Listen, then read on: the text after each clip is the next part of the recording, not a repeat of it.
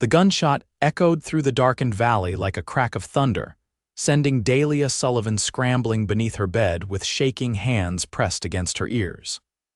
2 years as a widow in Cottonwood Springs hadn't dulled her fear of violence. If anything, it had grown sharper.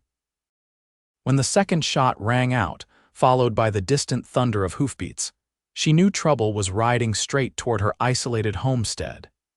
It was 1878, 3 years since Dahlia had buried her husband beneath the cottonwood tree that gave the nearby town its name. William Sullivan had been a good man, if not a particularly successful one. He'd left her with a small cabin, 20 acres of hardscrabble land, and memories that grew hazier with each passing season. What he hadn't left her was the courage to face the harsh realities of frontier life alone. The hoofbeats grew louder. Dahlia reached for the shotgun William had taught her to use, though her hands trembled so badly she doubted she could fire it straight. Through the window, moonlight illuminated a lone rider, slumped forward in his saddle. As the horse approached her cabin, the rider slid sideways and fell heavily to the ground. Dahlia hesitated at her door, shotgun clutched to her chest. Outside, the man groaned. "Madam," his voice was strained. "I don't mean no harm, I've been shot." Something in his tone, pain mixed with genuine desperation, moved her to action. She cracked open the door, shotgun raised. "Stay where you are," she commanded, surprised by the steadiness in her voice. The man lay sprawled in the dirt, one hand pressed to his side. Blood seeped between his fingers, black in the moonlight. His hat had fallen off, revealing dark hair streaked with trail dust. "I won't move," he promised. "Couldn't if I wanted to." Against her better judgment, Dahlia stepped outside. The night air carried the scent of sage and gunpowder. The stranger's horse, a magnificent chestnut gelding, stood nearby, reins trailing. "Who shot you?" she demanded. "Men who'll be coming this way soon," he grunted. "You should get back inside, bolt your door." Dahlia's heart pounded. "And leave you out here," the man managed a pained smile. "Wouldn't be the first time I've slept under the stars, madam." Dahlia made her decision quickly. "Can you stand?" With considerable effort and Dahlia's reluctant assistance, the wounded stranger made it inside her cabin. He was tall and lean, his clothes worn but well kept. As she helped him to her kitchen table, she noted the well-maintained revolver at his hip and the silver Marshal's badge pinned to his vest.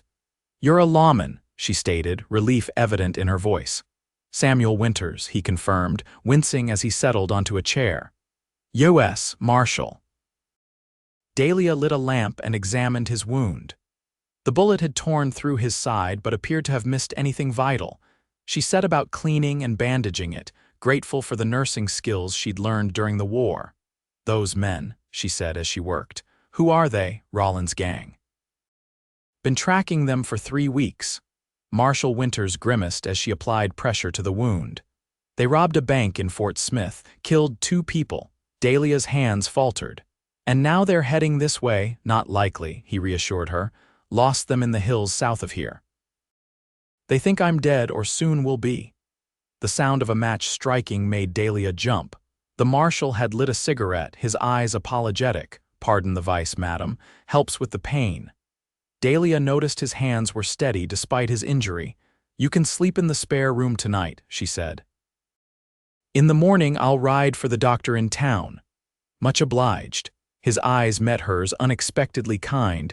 "I'm in your debt, Mrs. Sullivan." "Dahlia Sullivan," she hesitated. "My husband's been gone 3 years now." Something in Marshal Winters' expression softened. "I'm sorry for your loss." Dahlia finished bandaging his wound in silence, then showed him to the spare room that had once been intended for children she and William never had. She retreated to her own bedroom after, but sleep eluded her. She kept the shotgun close, ears straining for any sound beyond the normal night chorus of crickets and distant coyotes. Morning came with no sign of trouble. Dahlia found Marshal Winters already awake, standing at her kitchen window despite his injury. He'd managed to shave and had donned his hat as if ready to ride out. "You need a doctor," she said, "and you need protection," he countered. "I can't leave you alone knowing Rawlins might circle back. I've managed on my own for 3 years." "And done admirably, madam." His smile was genuine. "But these are dangerous men." "I'll fetch the doctor myself," Dahlia insisted, already gathering her things. "You're in no condition to ride." To her surprise, the marshal didn't argue further. "I'd be much obliged." "And perhaps you could send a telegram to the marshal's office in Fort Smith while you're there. Let them know my whereabouts." The ride to Cottonwood Springs took nearly an hour. Dahlia hadn't been to town in over a month, preferring the solitude of her homestead to the curious stares and pitying glances of the townsfolk. She'd grown tired of the not-so-subtle attempts by the local widowers and bachelors to court her, their clumsy advances only deepening her resolve to remain alone. Dr. Jensen was tending to a child with a broken arm when Dahlia arrived. While waiting, she sent the telegram as promised, then gathered supplies at the general store. She could feel eyes following her, whispers trailing in her wake. "Mrs. Sullivan, how nice to see you in town." Mrs. Holloway, the storekeeper's wife, smiled broadly. "Mr. Patterson was asking after you just yesterday. His youngest is off to school now, you know. He's looking for a new wife." "I'm not looking for a new husband," Dahlia replied, more sharply than intended. Mrs. Holloway's smile dimmed. "A woman alone in these parts, it's not safe, dear." "I manage." Dahlia paid for her purchases and turned to leave. "Is it true you have a man staying at your place?" Mrs. Holloway called after her. "Betty Fletcher saw a horse outside your cabin this morning on her way to her sister's." Dahlia stiffened. News traveled quickly in small towns. "A wounded marshal," she said tersely. "Nothing more." Dr. Jensen agreed to ride back with her, but couldn't leave until later in the afternoon. Dahlia decided to wait at the small restaurant near the stagecoach station, away from prying eyes and uncomfortable questions. She was halfway through a bowl of stew when the door swung open and 3 men entered. Their trail-worn appearance and hard expressions immediately set her on edge. The leader, a tall man with a scar running across his cheek, surveyed the room before approaching the counter. "Looking for a man," he said to the proprietor. "U.S. Marshal, might be wounded." Dahlia kept her eyes on her stew, heart pounding. These must be the Rawlins gang members. She silently prayed no one would mention her or the wounded man at her homestead. "Haven't seen any Marshal," the proprietor answered. "Stage brought the circuit judge yesterday, but no Marshal." The scarred man grunted, unconvinced. "We'll be around. Keep your eyes open." As the men turned to leave, the youngest of them looked directly at Dahlia. She quickly averted her gaze, but not before seeing a flash of recognition in his eyes. Had someone in town mentioned her? Did they know about Marshal Winters? She waited until they were gone before leaving money on the table and hurrying out the back door. She needed to find Dr. Jensen immediately. The marshal was in danger, and so was she. Dr. Jensen listened gravely to her story as they rode toward her homestead. "The Rawlins gang has a brutal reputation," he said. "If they're looking for your marshal, they won't stop until they find him." "He's not my marshal," Dahlia corrected automatically.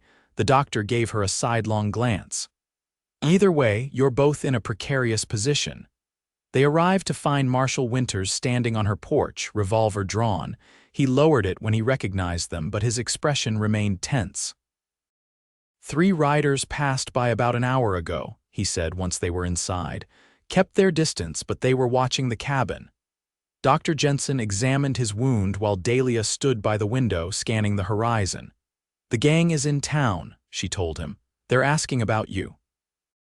The marshal exchanged a look with the doctor. "Madam, I've put you in danger. I should leave as soon as possible." "You'll tear that wound right open," Dr. Jensen objected. "You need at least another day of rest." "I don't have a day," Marshal Winters argued.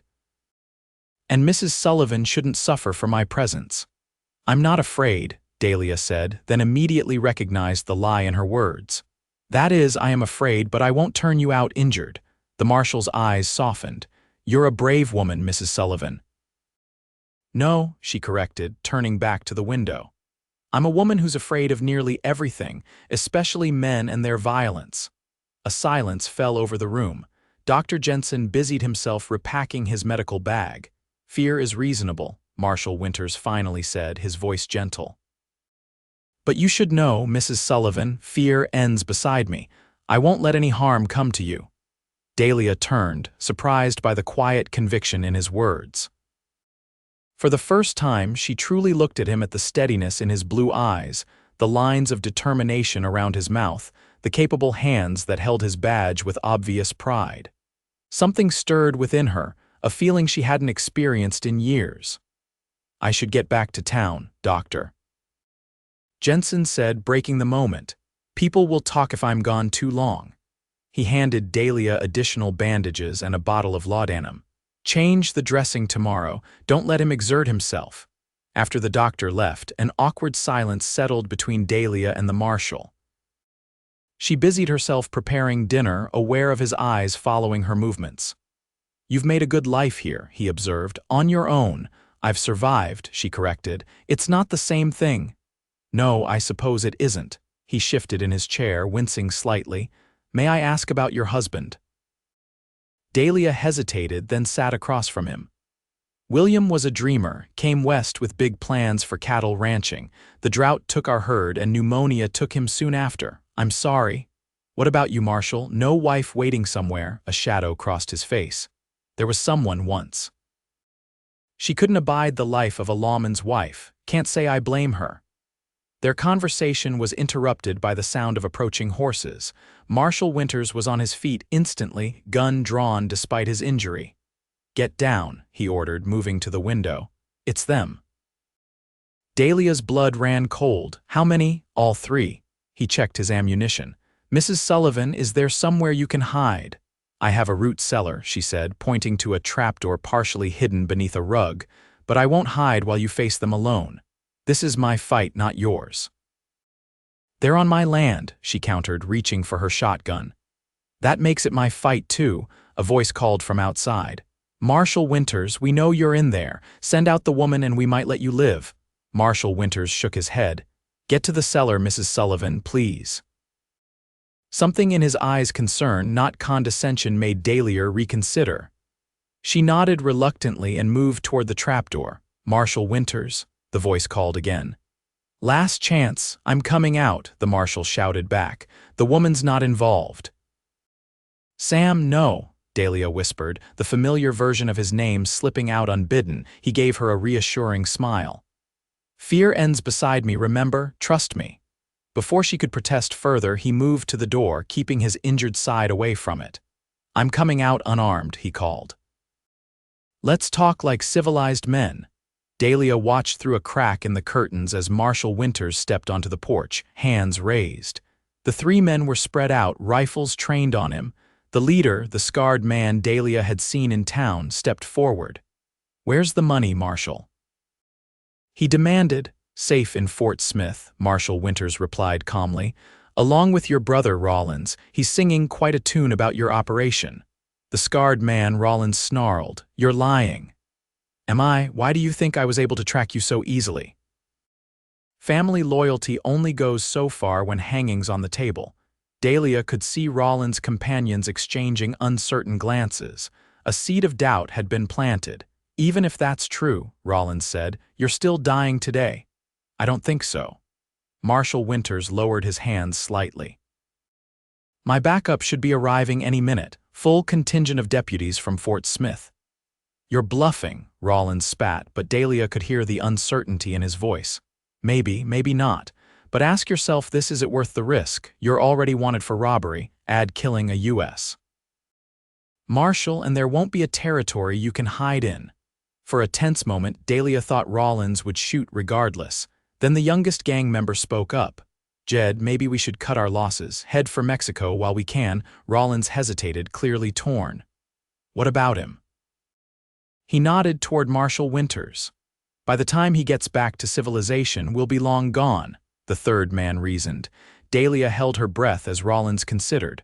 Finally, he lowered his rifle slightly. This ain't over, Marshal. It is for today, Marshal Winters replied steadily. Rawlins spat on the ground. Boys, we're riding. He glared at the Marshal. Pray we never cross paths again.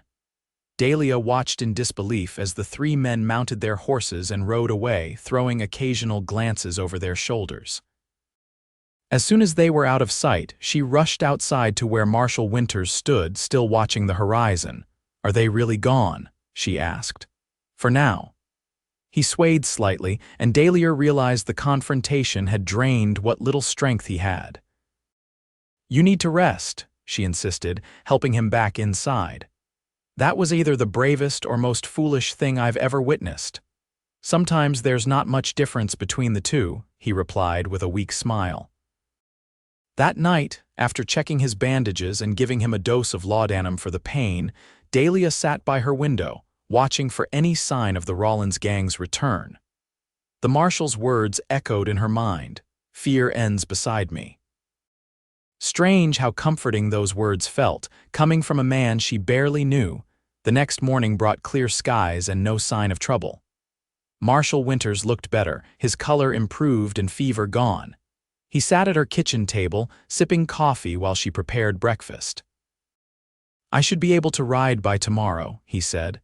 "I've imposed on your hospitality long enough." Dahlia felt an unexpected twinge of disappointment. "You're still healing. And I'm bringing danger to your door with every hour I stay." He set down his cup. "I've sent word to Fort Smith. A larger contingent will be coming to track down Rawlins. Will you go with them?" "That's my job," he said simply. They ate in companionable silence. Afterward, the Marshal insisted on helping with chores despite his injury. Dahlia watched as he chopped wood, moved with surprising grace for a wounded man. There was something profoundly comforting about his presence, a steadiness she hadn't realized she'd been missing. By evening, clouds had gathered on the horizon, promising rain. They sat on her porch, watching lightning flash in the distance.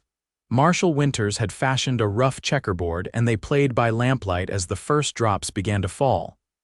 "My father taught me this game," he said, moving a piece. "Said it teaches you to think ahead, see all possibilities." "Is that why you became a lawman, to see all possibilities?" He considered her question. "I became a lawman because I saw too many possibilities closed off by men who thought themselves above consequences." He captured one of her pieces. "What about you? What brought you west with your husband?"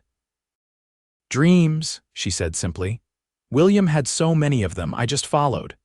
"And now," Dahlia stared at the board. "Now I wake up each morning and try to make it to sunset. That's as far ahead as I plan." Thunder rumbled closer. The Marshal studied her face in the lamplight. "That's survival, not living," he said gently. "Sometimes survival is all we get," she replied. He reached across the board, his fingers lightly touching hers. "You deserve more than just survival, Dahlia." The use of her given name startled her, but not unpleasantly. She looked up to find his eyes on hers, warm and intent. The air between them seemed to change, charged with something beyond the approaching storm. The moment was broken by the sound of horses approaching. Marshal Winters was on his feet instantly, hand on his gun. "Stay inside," he ordered, but Dahlia was already peering into the darkness. "It's Dr. Jensen," she said with relief, recognizing the doctor's wagon. "And others." 4 riders accompanied the doctor's wagon, all wearing badges. As they approached, Marshal Winters relaxed slightly. "Deputy Marshal Collins," he greeted the lead rider, "you made good time." "Got your telegram yesterday," Collins replied, dismounting. "Rode straight through." He eyed the Marshal's bandaged side. "You look like hell, Sam." "I've had excellent care," Marshal Winters replied, with a nod toward Dahlia. The deputies and doctor came inside as the rain intensified. Maps were spread across Dahlia's kitchen table as they discussed strategy for tracking the Rawlins gang. "They're likely headed for Indian Territory," Collins said. "We've got men watching the crossings." "When do we ride out?" Marshal Winters asked. Collins exchanged glances with Dr. Jensen. "Tomorrow morning. Doc says you should stay behind." "Not a chance." "Sam, you've got a hole in your side," Collins argued. "Stay here, recover, we can handle Rawlins." Dahlia watched the Marshal's jaw tighten. "I started this hunt, I'll finish it." The discussion continued late into the night. Dahlia provided food and coffee, then retreated to her room, leaving the lawmen to their planning. She lay awake, listening to the rain and the murmur of voices. Tomorrow, Marshal Winters would ride away, back to his duty and his dangerous life. And she would return to her solitary existence, to days that began and ended without conversation or companionship. The thought left her feeling hollow. Morning arrived with clearing skies. The deputies were already preparing to leave when Dahlia emerged from her room. Marshal Winters stood in her kitchen, fully dressed in his trail clothes, gun belt buckled around his waist. "You're leaving," she said, stating the obvious. "It's time." His eyes held regret. "Mrs. Sullivan, Dahlia, I can't thank you enough for saving my life." "You saved mine as well," she replied. "Those men would have hurt me if they'd found me alone." He stepped closer. "I meant what I said before. You deserve more than just survival." Dahlia felt tears threatening. "Safe travels, Marshal Winters, Sam," he corrected gently. "My name is Sam." "Sam," she echoed. For a moment she thought he might say more. Instead, he tipped his hat and walked out to where the others waited. Dahlia followed, standing on her porch as they mounted up. The marshal's eyes found hers one last time. "Fear ends beside me," he said, too quietly for the others to hear. "Remember that." Then they were gone, hoofbeats fading into the distance, leaving Dahlia alone with an emptiness she hadn't expected to feel. Days passed with agonizing slowness. Dahlia threw herself into work, mending fences, tending her small garden, cleaning her cabin until every surface gleamed. Each night she scanned the horizon before retiring, half hoping to see a lone rider approaching. A week after the marshal's departure, Dahlia rode into Cottonwood Springs for supplies. The town buzzed with news the Rawlins gang had been captured near the Indian Territory border after a fierce gunfight. "What about the marshals?" Dahlia asked Mrs. Holloway, trying to keep her voice casual. "Were any hurt? One was killed, I heard," Mrs. Holloway replied. "Don't know which." Dahlia's heart constricted. She finished her shopping in a daze, then rode home, pushing her horse faster than was wise. At her cabin, she mechanically unloaded her supplies, fighting back fears she couldn't name. As twilight descended, she sat on her porch, staring at the road that led to town. In the distance, a dust cloud rose. A rider was approaching. Dahlia stood, shading her eyes against the setting sun. The figure became clearer, a tall man on a chestnut gelding. Her breath caught. Marshal Samuel Winters rode up to her cabin, looking trail-worn but very much alive. He dismounted slowly, favoring his injured side. "You're alive," Dahlia said, relief washing over her. "Apparently," he replied with a tired smile, "though Rawlins did his best to change that. I heard someone was killed. Deputy Mills. Good man." Sadness crossed his face. "We buried him yesterday." Dahlia stepped closer. "I'm sorry." "So am I." He removed his hat. "I rode back to tell you it's over. Rawlins and his men will hang in Fort Smith. You could have sent a telegram." "I could have," he agreed, "but some things should be said in person." "What things?" Dahlia asked, her heart suddenly racing. Marshal Winters' Sam took a deep breath. "I've been offered a position as sheriff in a town called Promise Creek. It's about 2 days' ride from here. Smaller than Cottonwood Springs, quieter. You're leaving the marshal's service?" "I've chased enough outlaws," he said, "seen enough killing." He met her eyes directly. "I'm ready for something different." Dahlia swallowed. "Why are you telling me this?" "Because I can't stop thinking about you, Dahlia." His voice was low, earnest. "About your courage, your kindness, the way you faced your fears to help a stranger." "I'm still afraid," she admitted. "Of so many things." "I know." He stepped closer. "But you don't have to face those fears alone." "What are you saying, Sam?" "I'm saying I'd like to court you properly, visit on Sundays, take you to dinner in town." His eyes never left hers. "I'm saying I think we could build something good together if you're willing." Dahlia felt tears threatening. "I've been alone so long, so have I." He reached for her hand, his touch gentle. "Remember what I told you, fear ends beside me. I meant it then, and I mean it now."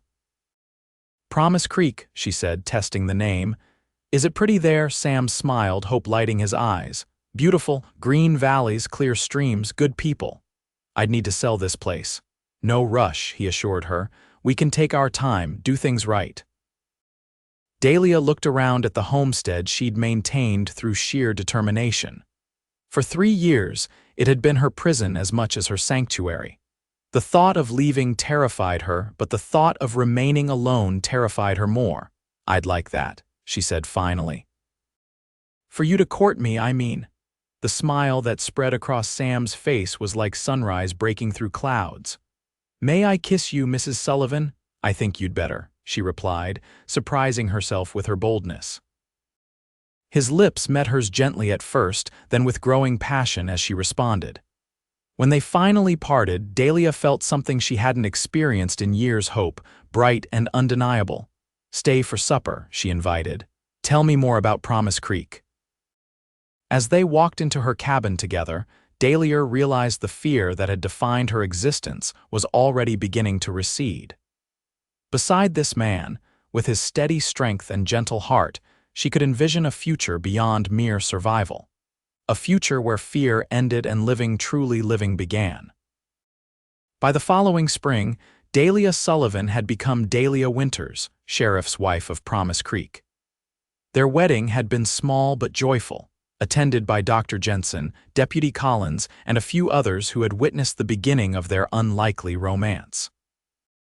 The cabin that had once been her solitary refuge now stood empty, sold to a young couple with dreams as bright as those she and William had once shared. Dahlia had taken only a few mementos: William's Bible, their wedding photograph, the quilt her mother had made. The rest she left behind, along with the fear that had kept her isolated for so long. Promise Creek proved to be everything Sam had described: a peaceful community nestled in rolling hills, with residents who quickly embraced their new sheriff and his bride. Their home at the edge of town offered views of distant mountains and space for the garden Dahlia lovingly tended. In the evenings, they sat on their porch, playing checkers and sharing stories of their days. Sam's work as sheriff rarely involved danger, focusing instead on settling minor disputes and maintaining the peace. Dahlia found purpose in helping the town's schoolteacher and organizing a ladies' aid society to assist families in need. Are you happy? Sam asked one evening as they watched the sunset paint the sky in brilliant orange and pink. Dahlia considered the question. I'm more than happy, she replied, taking his hand. I'm alive again. His fingers tightened around hers. Fear ends beside me, he murmured, repeating the words that had first given her hope. And life begins, Dahlia added, resting her head on his shoulder as the first stars appeared in the darkening sky.